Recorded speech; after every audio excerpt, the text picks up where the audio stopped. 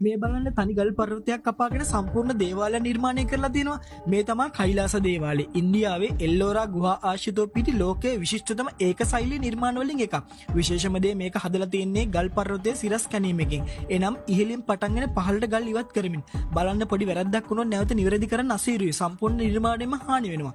විද්‍යාඥයන් කියන්නේ කළු ගල් ටොන් ලක්ෂ 4කට වැඩි ප්‍රමාණයක් පර්වතයෙන් ඉවත් කරලා තියෙනවා කියලා. මේක ඉදි කරලා තියෙන්නේ කිස්තු වර්ෂ 8 වෙනි සියවසේදී රාෂ්ට්‍රකූට වංශයේ ක්‍රිෂ්ණ රජුගේ කාලේ. මේ දේවාලයේ ශිව දෙවියන්ට කැප කළ එකක්. ඇතුළට ගියපුවම තට්ටු තුනක ප්‍රසාදයක් වෙන මධ්‍ය මන්දිරයක්. අඩි 100ක් පමණ උස විහාර ව්‍යුහයක්. අලි යුද්ධ දර්ශන මහාභාරතය සහ රාමායනයේ කතා සියල්ලම එකම ගලින්. විශේෂ කටයමක් තියෙනවා. රාවණා කෛලාස කන්ද උසලනවා කියන දර්ශනය. බලන්න ඒ වගේම තමයි දේවාලයේ වටා අලි රූප නෙලා ඇත්තේ මුළු දේවාලයේම ඔවුන් උසලනවා වගේ.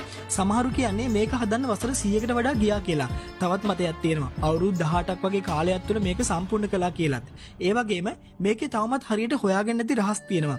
පුදුම සහගත ජ්‍යාමිතික නිවැරදි සැලසුම්, පර්වතය තුළට විහිදුණු අභ්‍යන්තර උමන් මාර්ග, වර්ෂා ජලය එකතු කිරීමට සකස් කළ දියුණු ජල ප්‍රවාහන පද්ධති, සියුම් කැටයම්, ඒ කාලයේ මෙවැනි ඉංජිනේරු කුසලතා දැනුම නිසායි මේක අදටත් ලෝකයේ පුදුම කරන නිර්මාණයක් වෙන්නේ. ඉතින් වසර 1200 කලින් මිනිස්සු කළ මේ අසිරු නිර්මාණය ගැන ඔයාලට මොකද හිතෙන්නේ?